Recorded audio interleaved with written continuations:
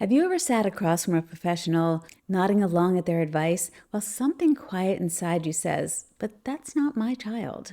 There's a discomfort that comes with the territory of raising an autistic child, the unknown, the uncertainty, the questions with no answers yet.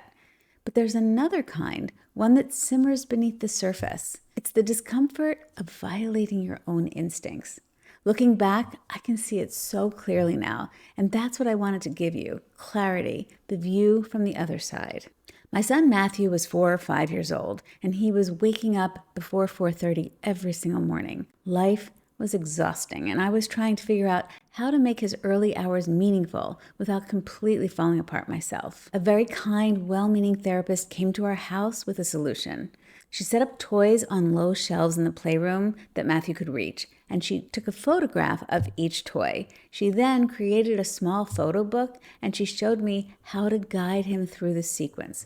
Look at the picture, retrieve the toy, play with it, return it to the shelf, turn the page, repeat. I followed the advice. As I helped him execute this sequence, I felt nausea, actual physical discomfort. Here was my 4-year-old being guided through a joyless series of instructions that had nothing to do with play, nothing to do with delight, nothing to do with him. But I had been given a solution by a professional, so I followed it. We abandoned it after not too long, but what I carry from that experience isn't frustration at the therapist. She was trying to help. What I carry is the memory of overriding something I knew clearly and physically in my own body. I felt it and I stayed silent. I complied. That feeling was information. I just didn't know yet that I should have acted on it. Maybe a year later, a different therapist was working with Matthew on not stuffing too much food in his mouth all at the same time. The goal made sense. The method she used did not. I watched as she reached toward his mouth to retrieve food that he was actually eating.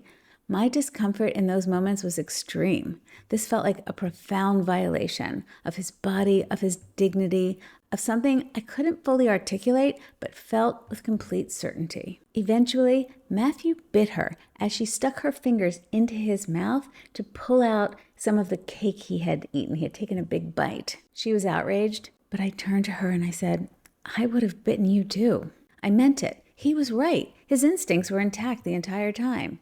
Mine were too. I just hadn't acted on them until it was too late to matter. That was the beginning of something shifting in me. Not a transformation exactly, just a crack in that assumption that discomfort meant I was wrong, rather than that something around me was wrong. So just a quick pause here. I do share strategies and tools on this channel, but like we're doing here, I try to go underneath them too. The nervous system stuff, the relationship stuff, the part that makes the strategies actually work. If that sounds useful, I'd love to have you subscribe and stick around. All right, one more story. A little while after that, Matthew's school announced that all children would be required to wear uniforms. Not a strict uniform, just khaki pants and a red polo shirt. And I want to tell you a little about my son and buttons. He had, and still has, an intense negative reaction to them. At the time, we were actively working to prevent him from lunging at other people who were wearing them. To this day, he still rips buttons off of his polo shirts. Khaki pants also, in addition to being uncomfortable, have a button and a zipper. The polo shirt has buttons.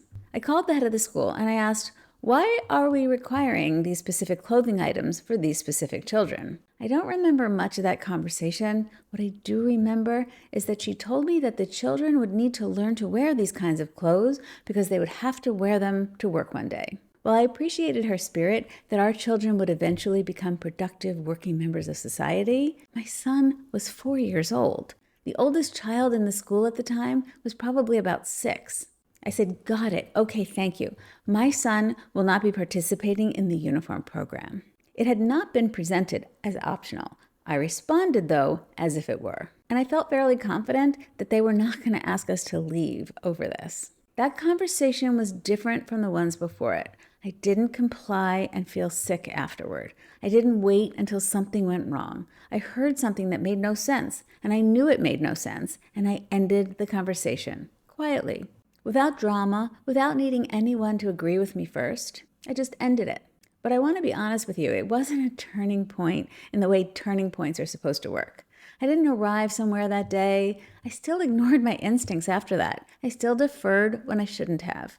What changed slowly and imperfectly was that I started to recognize the feeling more quickly. And occasionally, not always, but occasionally, I acted on it sooner.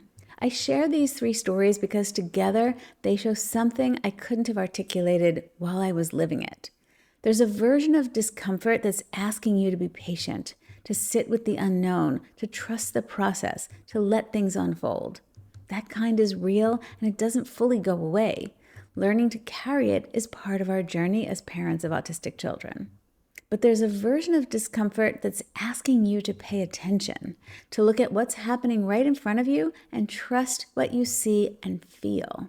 Learning to tell them apart is one of the most important things I did as a parent. Your instincts are not just hunches. They're not data points to be weighed against a professional's opinion. They're the accumulated weight of every moment of bonding, every careful observation, every time you notice something that no one else in the room noticed, because no one else in the room has been paying attention to this specific child the way you have, since the very beginning. That's not a small thing. That's everything. Now, I'm not telling you to walk into your next IEP meeting and dismiss everything on the table. Professionals matter. There are people who see things that we can't see, and that's real. But expertise about this population is not the same thing as knowledge of your child. And when those 2 things come into conflict, when what you know about your child conflicts with what somebody else knows in general, I encourage you to hold your ground. If you're in a season right now where something feels off, where you're nodding along to advice in a room, but something in you is quiet and uncertain, I just want you to slow down. Not necessarily stop, just slow down enough to ask yourself, is this the kind of discomfort that wants patience or the kind that wants my attention? You've been watching your child every moment before they could tell you anything, and that knowledge lives in your body. Again, it's not nothing. It's everything. I'll see you in the next one.